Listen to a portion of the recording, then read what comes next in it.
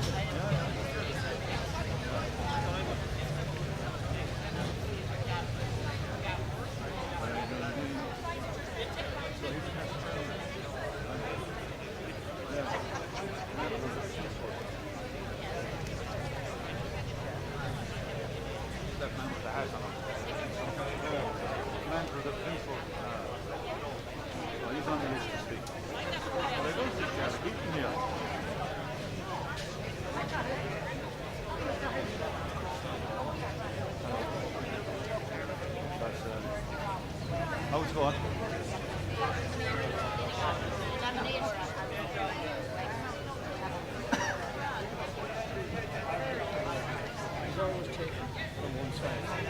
Oh, well, he had a squint in his eye. Well, Pierce would be an English name.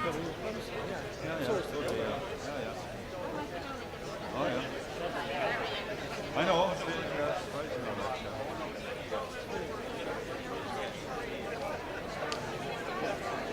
Yeah.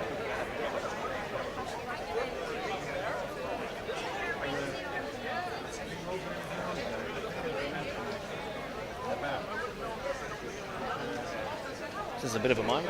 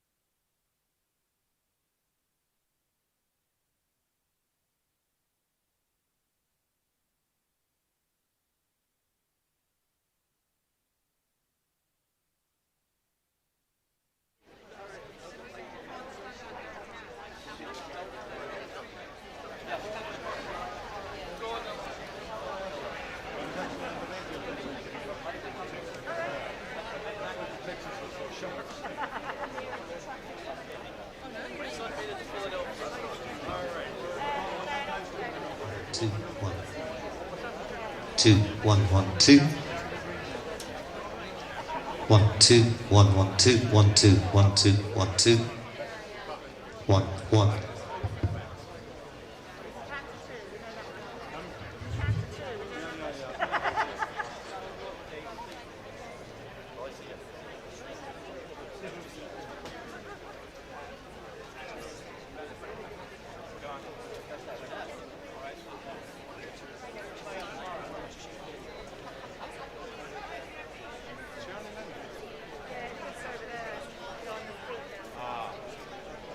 That's good.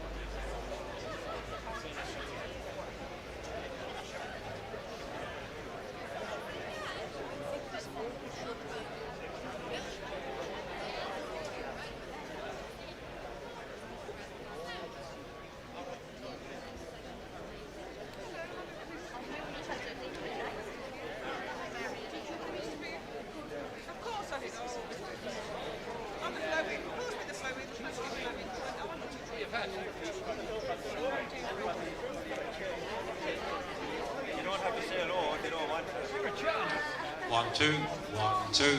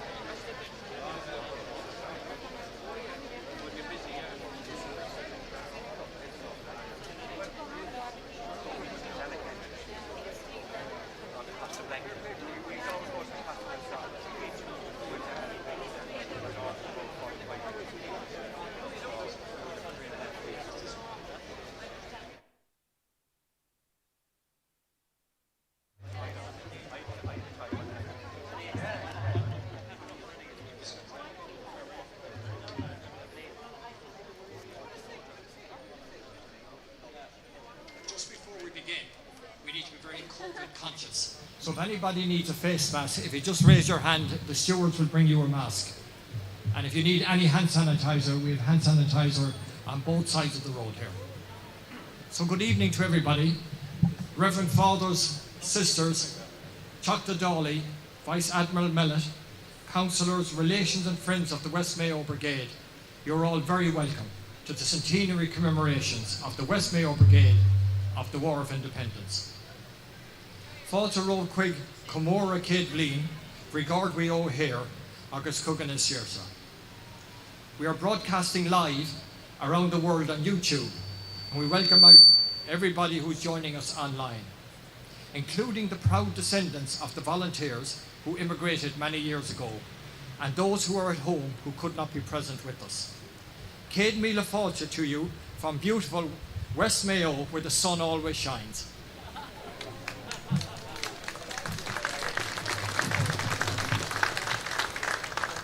We trust that this evening's event will be a fitting tribute to all the volunteers, Cumann Amman, Fianna hÉireann members and our loyal supporters.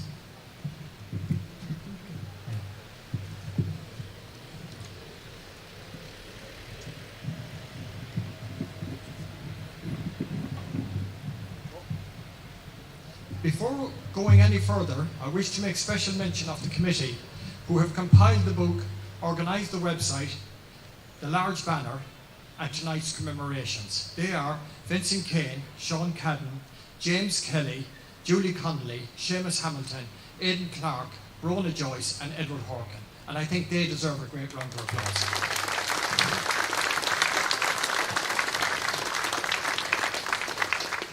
We start this evening with some poetry and song. First up is Ger Reedy, a local poet who has won many awards for his poetry. And he's composed a wonderful poem as a tribute to the gallant West Mayo Flying Column on this, the centenary year of the War of Independence. It is called The Last Ambush. Ger Reedy.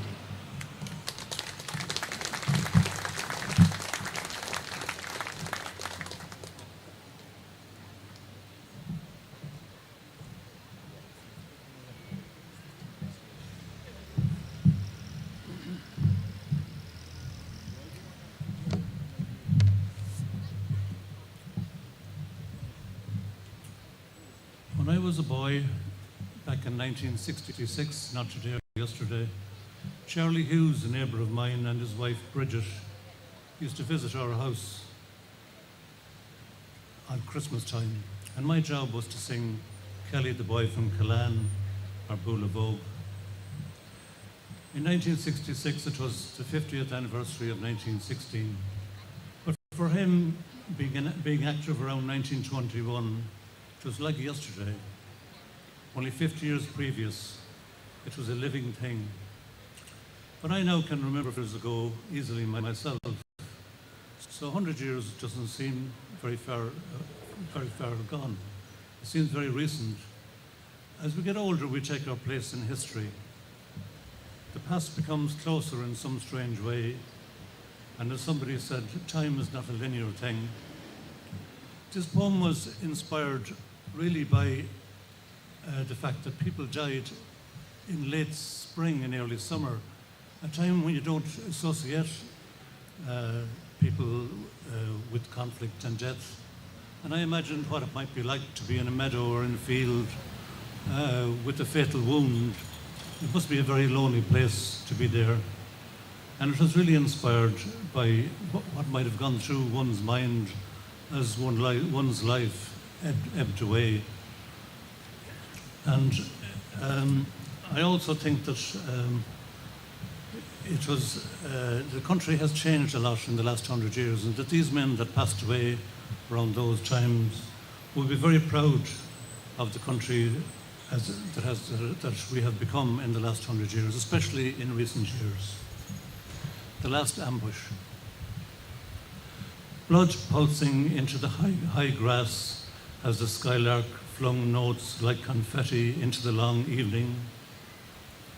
Too late now, a time for memories or embraces, family, mother, a sudden jolt of pain, writhing as the cuckoo and the blackbird sang.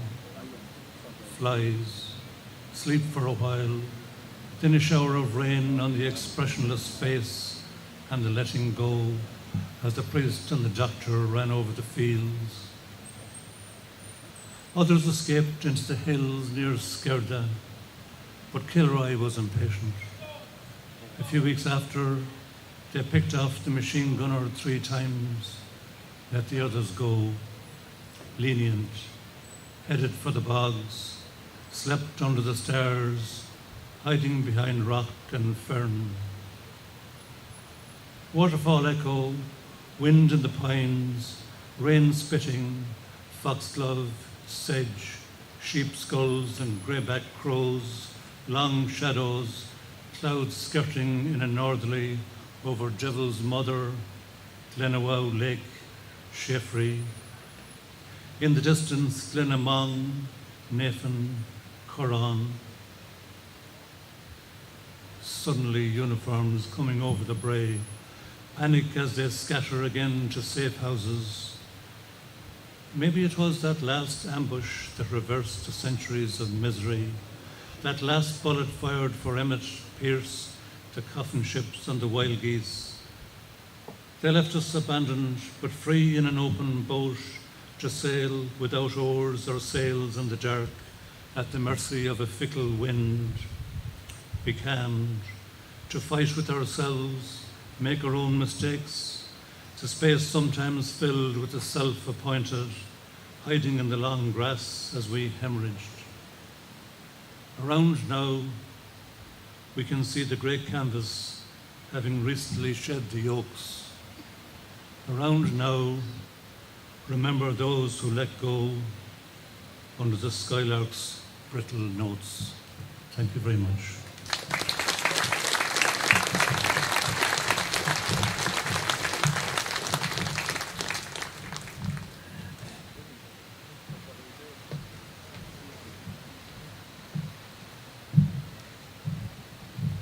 Thank you very much, Chair.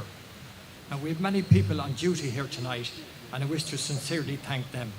Inspector Dennis Harrington and his colleagues from the Garda Síochána, Catherine McConnell and the staff of Mayo County Council for their support, stewards organised by Paddy Joe Foy from the Westport Horse Show, and volunteers from the Westport Historical Society and Port West. Thank you to Dermot Kelly for hosting the large banner in Westport, John Loftus in Newport, and Aidan Kelly in Castlebar. We now have an older poem written by Edward O'Malley, a volunteer in the West Mayo Brigade. He would have known the men personally. His book, Memories of a Mayo Man, published in 1981, recalls his part in the fight for freedom. Edward's great-grandson, Thomas O'Reilly, will recite Edward's poem, a tribute to those who died 1916 to 1923. Thomas.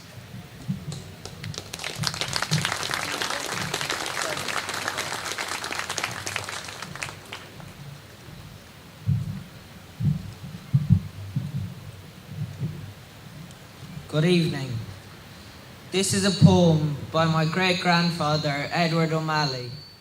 a tribute to those that died between 1916 and 1923. I hear the tramp of marching men down through the silent years. I see again the trusty guns, the faded bandoliers. Once more I hear the anguish cry for many a fond heart wrung. The rest of us have grown to age, but you are always young. Whether you fell amid shot and shell in a hillside in green Mayo, or died with your back to a wall of fire in the flaming GPO, freely you gave your priceless lives on freedom's afterflung. The rest of us have grown to age, but you are always young. You left us in the spring of life when hope's bright sun was high, as down some cobweb dusty lane you marched away to die. Perhaps we'll see you smile again, bright-seared ranks among. The rest of us have grown to age, but you are always young. Gar mahagat.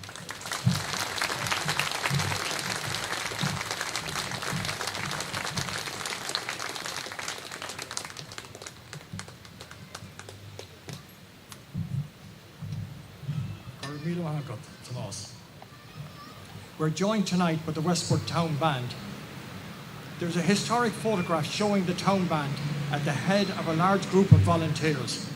It was taken here in Westport in 1914, the year the Irish Volunteers were founded, so they have a long association with the nationalist cause. We're honoured and delighted to welcome this evening musical director Barbara Rabbit and all the members of the band. You play a vital role in the community in Westport, and we thank you for your support here tonight.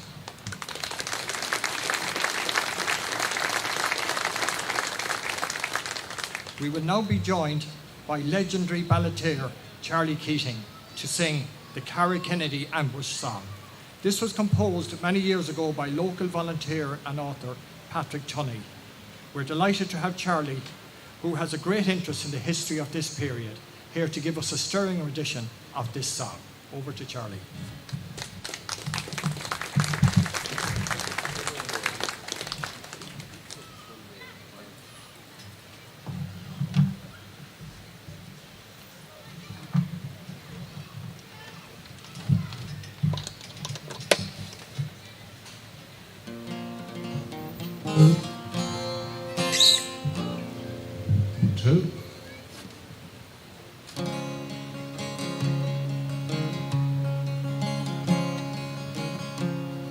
It was in hÉireann's isle, in a place you all know well, where I spent many's the happy day in Mayo's flowery dell. It's but a humble country place, but still it's dear to me. It's the idol of my wildest dreams. It's Cara Kennedy. In the shadow of Croagh Patrick's eye, this little village stands. It was here or so our brave men fought against the black and tans. In the year of 1921, in the merry month of June, sure it's many a time we tell the tale of that historic day. Now a mighty ambush it did take place, sure the tans went to the ground. Our gallant flying column boys, they fought them round for round. They took their lorries and Louis gun and rifles by the score. And that day they banished those tyrants from hÉireann's lovely shore. Now some of those men who fought that day live far beyond the waves, and sad to say that some of them are lying in their graves, while grass grows green on Irish soil. Their memories ne'er shall cease.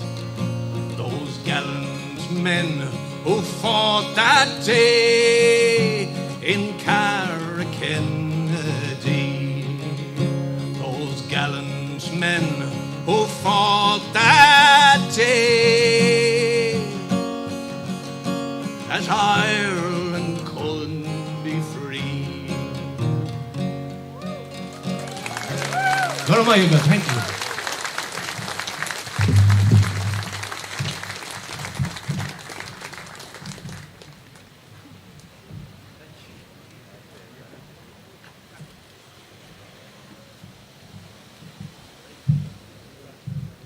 Thank you very much, Charlie.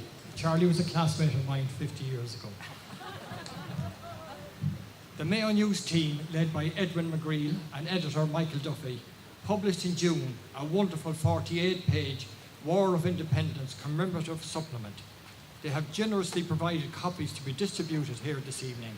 We still have many more copies if people want them. We acknowledge their important contribution to the Centenary commemorations. So well done to all the team at the Mayo News.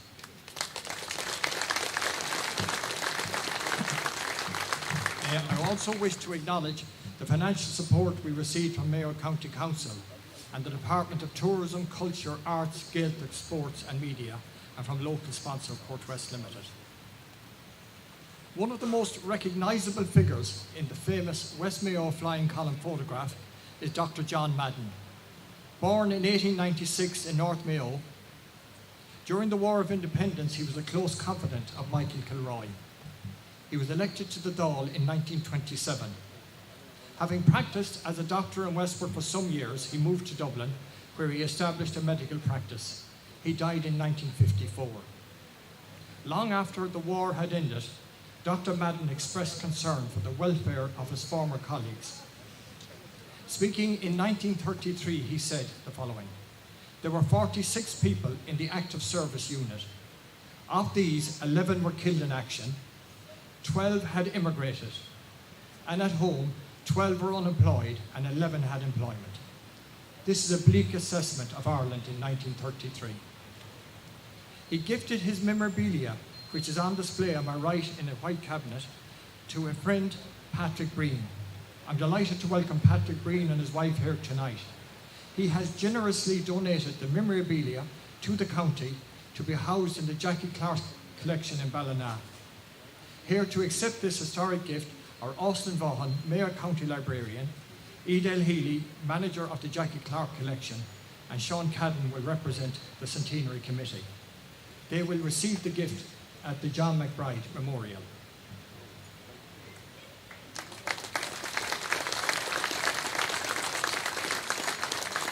We also asked members of the Madden family to assemble for a family photograph beside the Major John McBride monument now, please. So if you could go forward to the monument, the relations and family of Dr. Madden.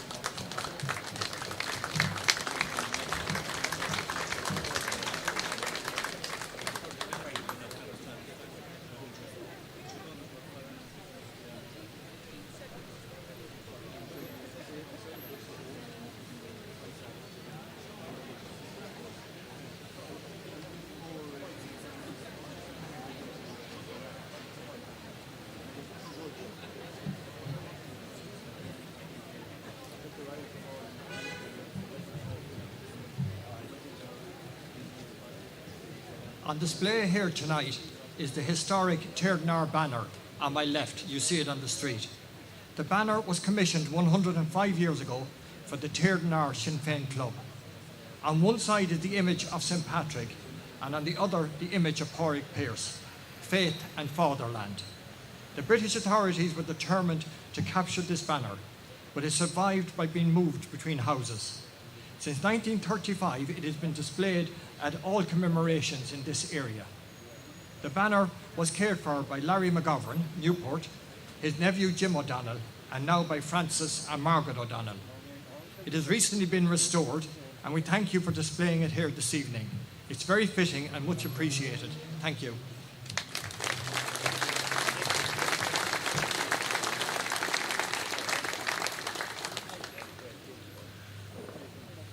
We now turn to the new book, The Men of the West.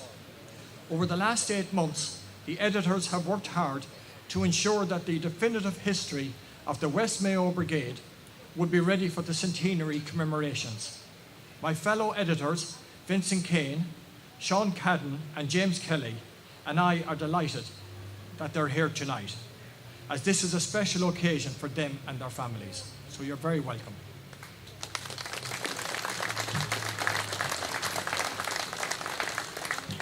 I am privileged now to welcome Vice Admiral Mark Mellett, Chief of Staff of the Irish Defence Forces, as our guest of honour, and his wife Liz, a native of Castlebar and a staunch Mayo man.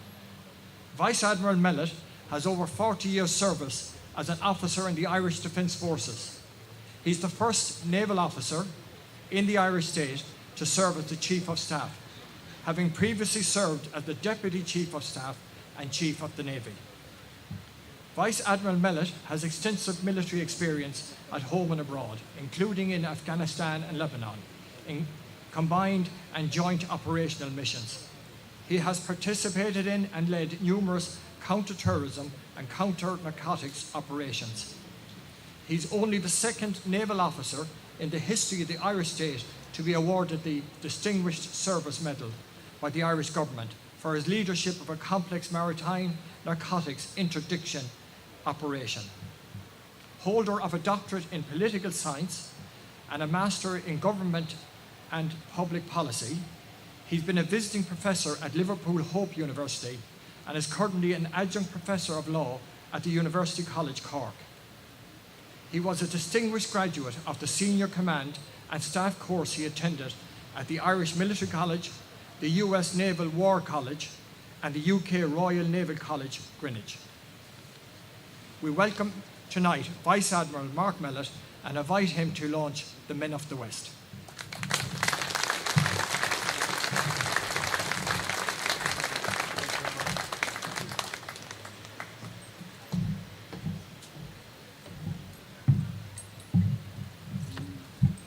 It's a privilege to be back in Mayo.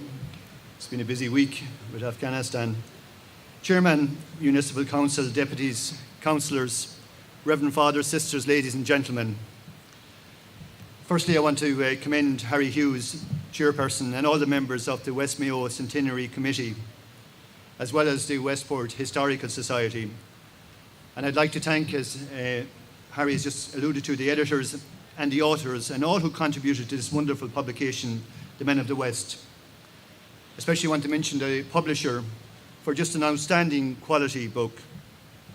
I'd like to thank the Garda Síochána here tonight, the local authorities, the volunteers, and all who have contributed to this wonderful evening. And finally, I'd like to thank you for taking time out to reflect on the pivotal events of 100 years ago. Our forebears made sacrifices so that you, I, and our children could be free. Every nation has an army, if not its own, then someone else's. And so it was over 100 years ago, with the British Army underwriting the sovereignty of Great Britain and Ireland, shaping the character of Irish society. The right to live in a civil society is a human right of every man, woman and child. It's where people are free, where the institutions of state function, and where the vulnerable are protected. And in the lead up to the War of Independence, the vulnerable were not protected, and Irish people were not free. Neither was the Irish state sovereign. Sovereignty is inalienable. It cannot be given away. It's a paradox for the sovereignty and sovereign rights of a state to be upheld by another nation's army. Ireland's sovereignty and sovereign rights, just like the freedom of our people, were more imaginary than real. And so it was Irish volunteers in Mayo organised themselves into 4 brigades: North, South, East and West. The men and women who fought in or supported these brigades were motivated by the most noble of causes, freedom, and the contradiction of which is that the right to freedom is not free. Growing up in Castlebar, I remember my grandmother Annie Mellett talk about the terror and the intimidation. She spoke about the guns and hand grenades under her bed and that she carried to volunteers. And as a member of Commemorations, she was an activist with her brothers James Brodie Chambers, Commandant 1st Battalion, West Mayo Brigade, and John Dawley Chambers, Captain A Company, 1st Battalion. I'm glad the daughter is hÉireann Chambers, and I know you're here somewhere. And I often heard stories of how their home was turned over by the Black and Tans. A story recently recalled by Anne Chambers, John's daughter, in her book, For the Cause. And it's difficult to write dispassionately about your own family, and I do it not out of a sense of promotion or being from Castlebar, but rather as a source, a statement of my recorded evidence of the life endured by all of those who served in the Mayo Brigades. The adversity and depredation suffered by these young men crisscrossing the inhospitable barren terrain of North, South, East and West Mayo were extraordinary. As remarked by John Healy in the Mayo News, they took on an empire while enduring the atrocities of the Black and Tans. They pursued, and sometimes they were hunted like animals living in ditches, cold, wet, hungry, and always within inches of death. And this may seem incredible, but it's not. And this is where the seeds of freedom we enjoy today were germinated. Seeds nurtured by the sacrifice of many of whom were injured, and some who paid the ultimate sacrifice in operations such as Tourmakeady, Kilmena, Skirda, Carrakennedy, Clyde ambushes, and many others. Almost 50 I've recorded, skirmishes all talked about in this fine book. But it wasn't just those who fought in Mayo. It was their families who supported them. They too were part of the cause. And so often they were the target of vengeful attacks by the occupying forces with little or no regard for the laws of armed conflict, human rights, or indeed appropriate decorum or dignity. And this is witnessed when the bodies of those killed at Kilmena were dumped on James Street outside the RAC barracks as a lesson to the local population. A war crime by today's standards, designed to humiliate, to intimidate, and to subjugate. But these were men and women of courage, fortitude, and loyalty. They were not intimidated. And the Irish state as we know it today is the fruit of the seeds sown by these warriors and volunteers, especially those who fought in the various Mayo brigades. Today, Ireland is in the top 7% of most peaceful countries in the world, and we bring our leadership to the highest table, serving on institutions such as the United Nations Security Council. And those who fought in Mayo 100 years ago have helped ensure Ireland is an extraordinary country with a charisma that underpins a reputation for doing good. A reputation that is inextricably linked with values, driving a foreign policy that is deeply anchored in the values set in our Constitution, the foreword of which is etched in the blood of those who volunteered 100 years ago.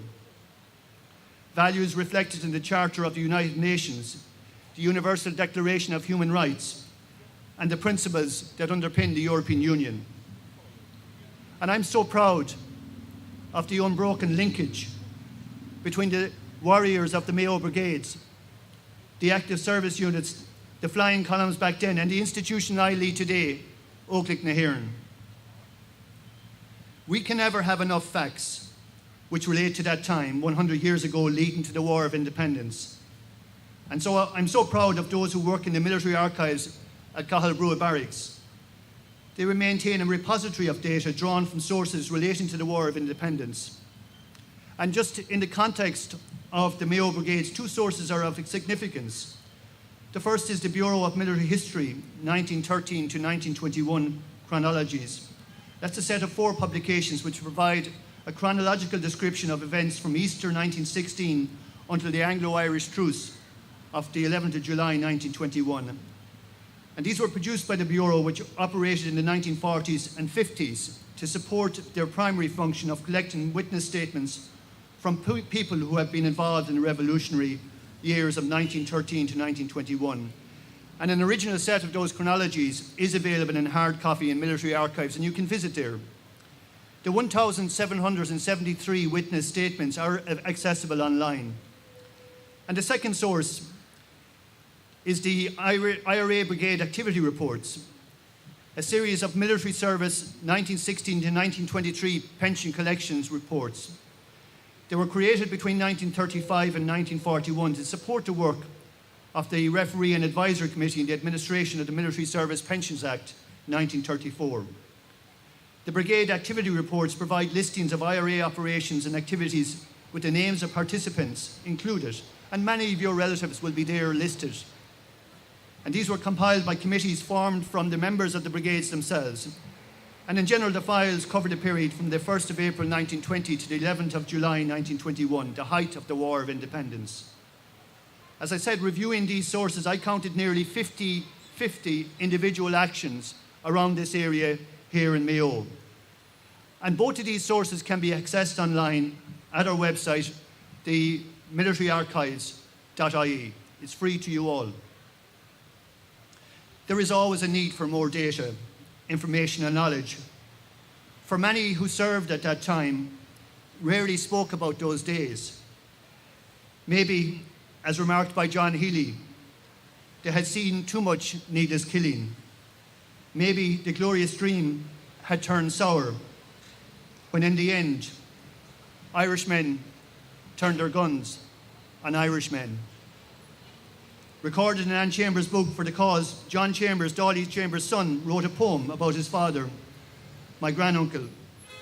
Its opening lines read, "He seldom spoke about the past, observed the civil pact of silence on the war, dismissing questions with a shrugged reply. That's done now. We've got what we deserve." We live at a time of extraordinary challenges, not least of which is a general decline in terms of peace and security, with 3 wars near Europe's border and multiple actions beyond. Indeed, I spent much of the past number of days dealing with the situation in Afghanistan, where our brave soldiers and consular officials put their lives at risk to extract the vulnerable people. Actually, as I prepared this speech, our personnel were wheels up as a perimeter collapsed behind them, with terrorist attacks and explosions at Hamid Karzai Airport in Kabul. We are seeing more unknown unknowns, fueling wicked problems, colliding in a perfect storm with climate breakdown, biodiversity loss, fake news, cyber attacks and populism. But day in, day out, our defence forces strive to ensure the jungle does not grow back. We are part of a continuum of service, from those who served in the Mayo Brigades and elsewhere. We are part of the bedrock that today underpins the sovereignty and part of the framework for the institutions of our civil society. And we provide the resilience, our defence forces, for the unexpected, like absorbing the shock of the pandemic, COVID-19. But compared with our partners in Europe, Ireland's in defence is one of the lowest, and we must be on our guard. Paraphrasing the great philosopher George Centenary, those who cannot remember the past are condemned to repeat it. We must never forget the experience and sacrifice of our forebears, who helped to bring 700 years of occupation to an end and set the conditions for the freedom that we enjoy today. Let us remember the loyalty, the dedication, the commitment and the sacrifice of those who fought for Mayo, those who fought in Mayo. Let us remember their families And their sacrifice compares with the loyalty, the dedication, and the commitment of our soldiers and our sailors and our aviators today. We must value and invest in our defenders, because in the words of the Byzantine Emperor Maurus, a nation which forgets its defenders will itself be forgotten. Óglaigh, I now declare the book launched, and it's a privilege to be here with you today. Thank you very much.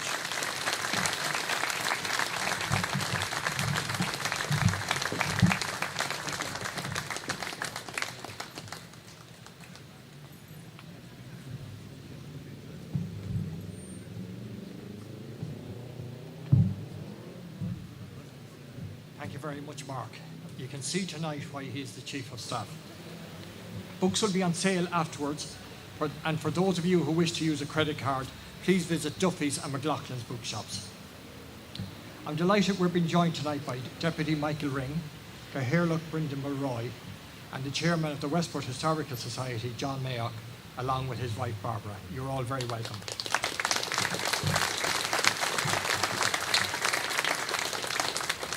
There are 2 plaques to be unveiled, one in Irish and one in English.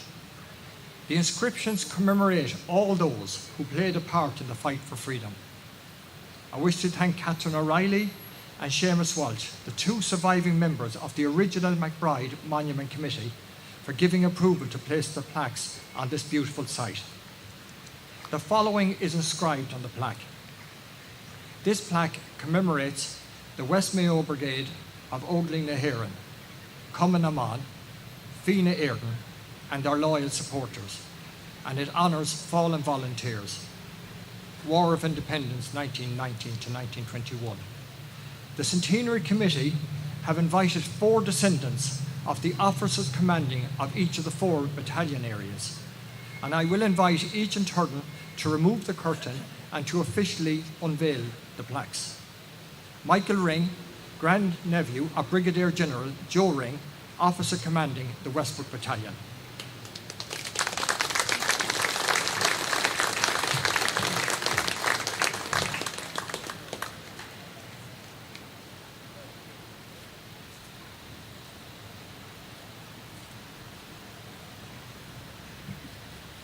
Orla Chambers, great-granddaughter, Michael Ring, thank you very much.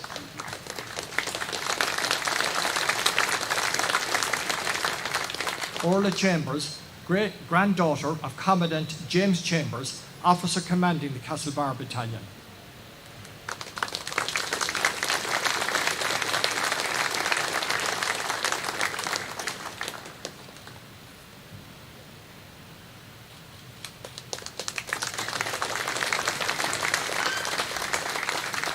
Judge Seamus Hughes, grandson of Commandant P.J. Kelly, officer commanding the Louisburg Battalion.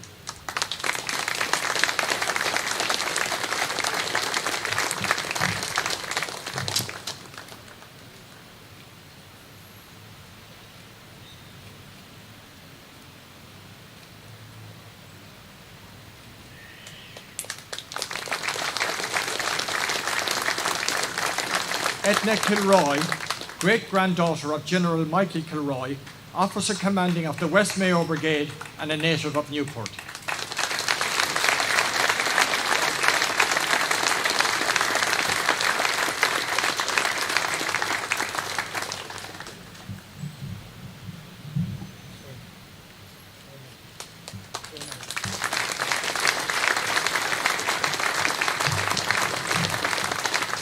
I now invite Father Charlie MacDonald to bless the plaques.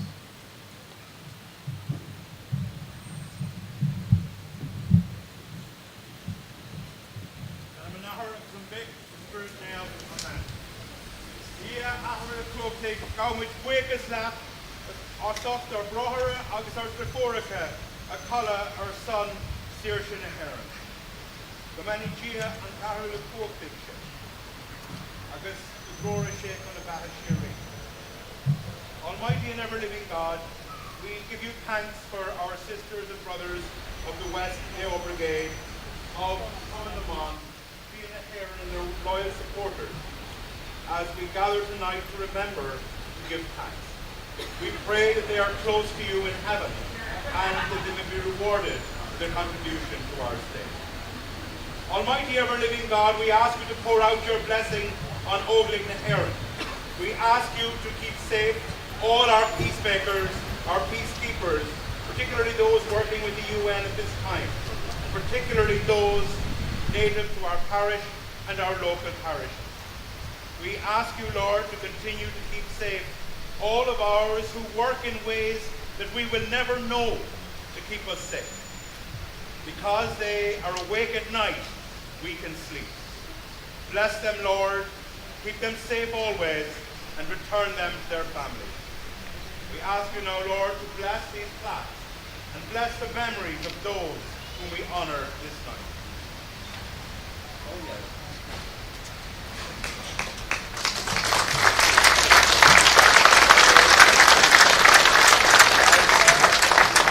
Thank you very much, Father Charlie. I now invite Vice Admiral Mark Mellett, Chief of Staff of Óglaigh na hÉireann, to lay a wreath at the McBride Monument.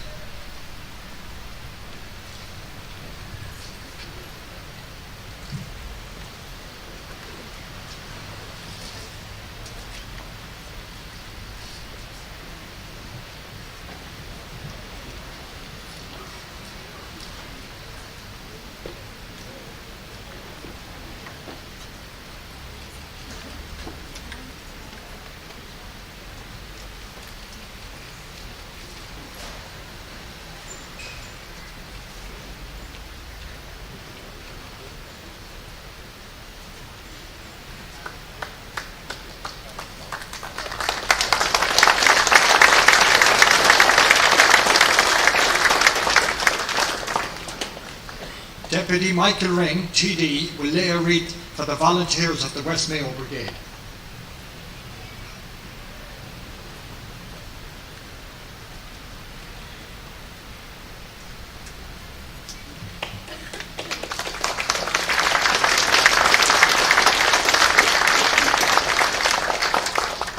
Orla Chambers will lay a wreath for Commemorations.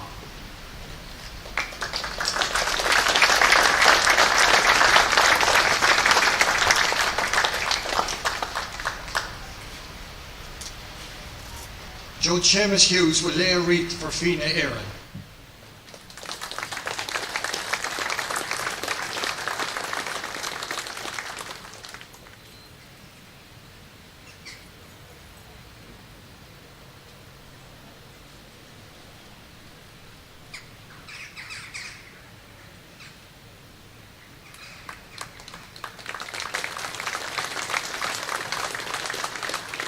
Ethnic Kilroy will lay a wreath for the loyal supporters.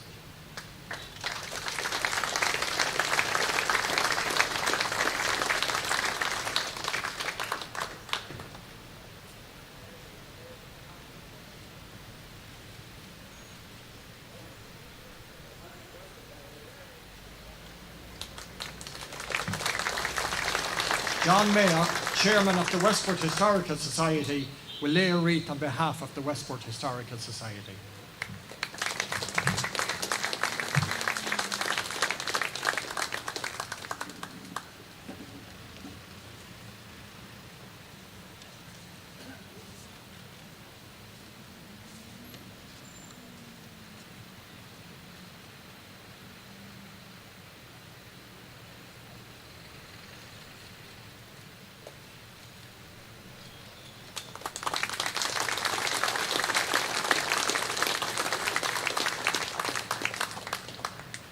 We now have the Corrigan family, who've travelled all the way from Cleveland, Ohio, to lay a wreath on behalf of their relatives who were active in the War of Independence.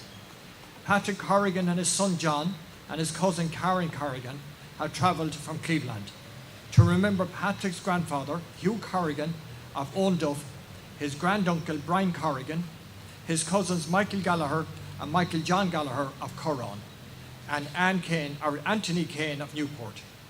This commemoration is being watched online by many people in Cleveland tonight.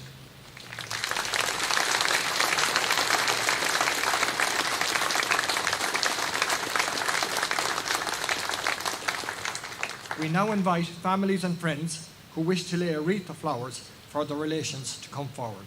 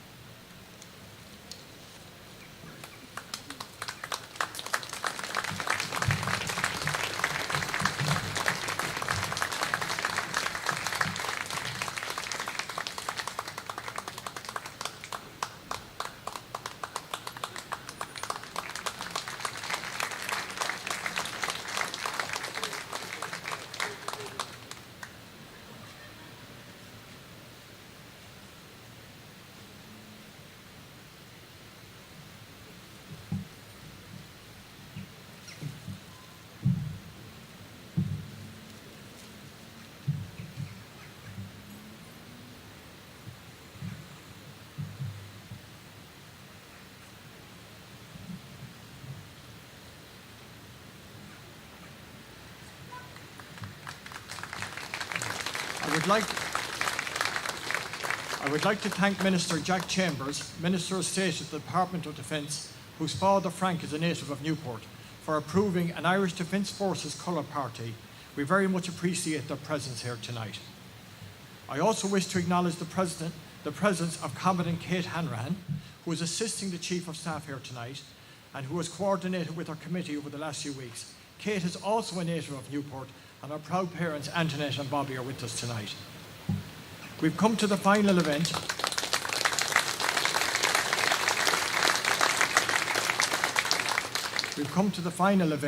Which includes 1 minute silence, the last post, the raising of the national flag, the Reveille, and the playing of the national anthem, Óglaigh.